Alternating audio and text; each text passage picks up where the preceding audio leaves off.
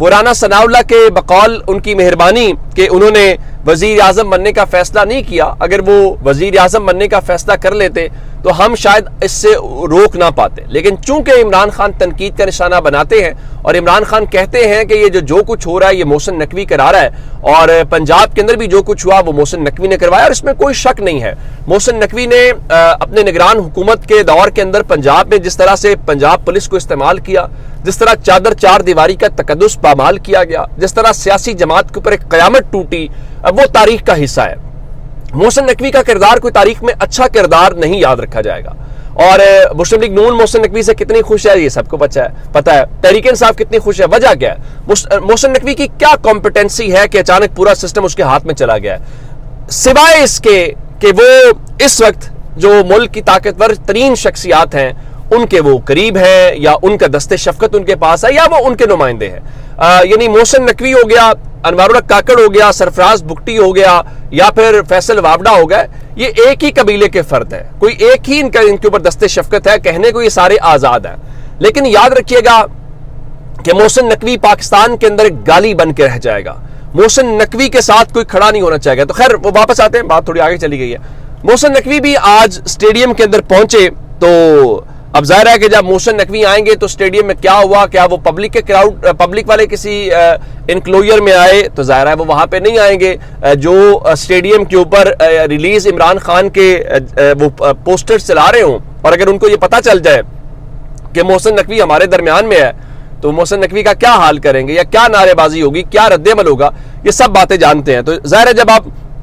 World cup میں جاتے ہیں اور پھر آپ ایک کرکٹ بورڈ کے سربراہ بھی ہوتے ہیں، تو پھر آپ کا طرز عمل جو ہے وہ بالکل، اور آپ کی سیکیورٹی اور آپ کا سیٹنگ ارینجمنٹ بالکل ڈیفرنٹ ہوتا ہے۔ تو محسن نقوی اسی جگہ پہ گئے جو ویل سیکیورڈ تھا، جو سیکیورٹی والا تھا، جہاں پہ عام پبلک کو، عام لوگوں کو رسائی جو ہے وہ وہاں پہ نہیں تھی، ورنہ محسن نقوی کو پتا ہے کہ وہاں پہ جانے کا مقصد جو ہے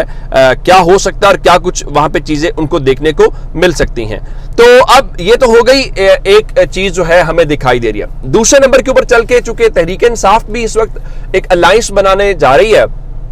تو اب یہ خبریں تو میں نے آپ کو بتائی جو میڈیا آپ کو نہیں بتائے گا، نہ وہ دکھائیں گے جی عمران خان کی تصویر نہیں چلا سکتے، نام نہیں چلا سکتے، تو وہ آپ کو بتائیں گے؟ بالکل بھی نہیں بتائیں گے، نہ محسن نقوی کا بتائیں گے۔ تو ایک تو عمران خان اور آپ جانتے ہیں کہ فضل الرحمان والا وہ قربتیں اور پیغامات اور کمیٹی اور رابطے اور ملاقاتوں کی خبریں ہیں۔ اب ایک اور خبر اس میں ڈیولپمنٹ یہ ہوئی ہے کہ فضل الرحمان صاحب جو ہے وہ یہ چاہتے ہیں کہ جو پبلک اکاؤنٹس کمیٹی ہے اس کی چیئرمین شپ پاکستان تحریک انصاف فضل الرحمان صاحب کی جماعت کو دے دے، اور مولانا عبدالغفور حیدری جو ہے ان کا نام بطور چیئرمین پبلک اکاؤنٹس کمیٹی فضل الرحمان صاحب جو ہیں انہوں نے دیا ہے کہ آپ ہمارا اپروول دیں، اور اس سلسلے میں جو فضل الرحمان صاحب ہیں ان کی ملاقات بھی اسپیکر ایاز صادق کے ساتھ ہوئی ہے، اور اگر یہ چیز ہو جاتی ہے تو اس کے بعد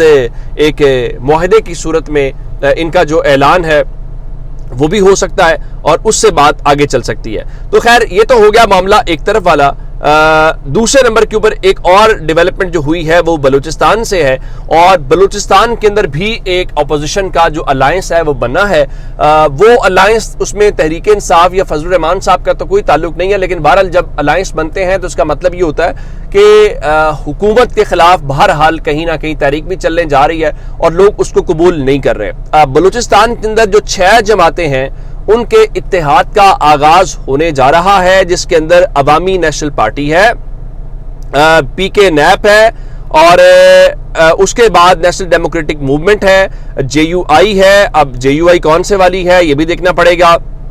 ایس ڈی پی ہے، اور اے این پی ہے، نیشنل پارٹی سے ہٹ کے عوامی نیشنل پارٹی۔ تو اب وہ بتا رہے ہیں جی یہ جو 6 جماعتیں ہیں پہلے بلوچستان اور پھر ملک بھر میں جلسے کریں گے، اور ان کے مطابق اس اتحاد نہ حکومت بنانا چاہتے ہیں، نہ حکومت گرانا چاہتے ہیں، نہ کسی کو سزا دینا چاہتے ہیں، نہ ہم کسی کو جیل سے نکلوانا چاہتے ہیں، اور اس اتحاد کا مقصد آئین کی بالادستی ہے۔ یہ بتانا تھا ایمل ولی خان کا جو عوامی نیشنل پارٹی کے حال ہی میں صدر منتخب ہوئے ہیں۔ تو انہوں نے کہا جی اس مرتبہ الیکشن میں کھلواڑ کیا گیا ہے اور باقی ساری باتیں ہیں۔ تو اب اس سے ایک چیز چلیں، ہو سکتا ہے کسی سٹیج کے اوپر یہ جا کے اور پاکستان تحریک انصاف یا فضل الرحمان صاحب مل کے کوئی اتحاد یا کوئی ایک قسم کی تحریک چلے، اگر نہ بھی چلے تو اس سے ایک بات تو طے شدہ ہے کہ کوئی بھی اس حکومت کے ساتھ نہیں بیٹھنا چاہتا، اور سب کو پتا ہے کہ یہ حکومت ایک وہ گھوڑا ہے جس کے اوپر پیسے نہیں لگائے جا سکتے, اور آنے والے دنوں کے اندر جو تحریک ہے شاید اس تحریک میں اضافہ ہوتا ہوا ہمیں دکھائی دے. تو یہ اب تک کی اپڈیٹس سے اپنا بہت سارا خیال رکھیے گا. خدا حافظ.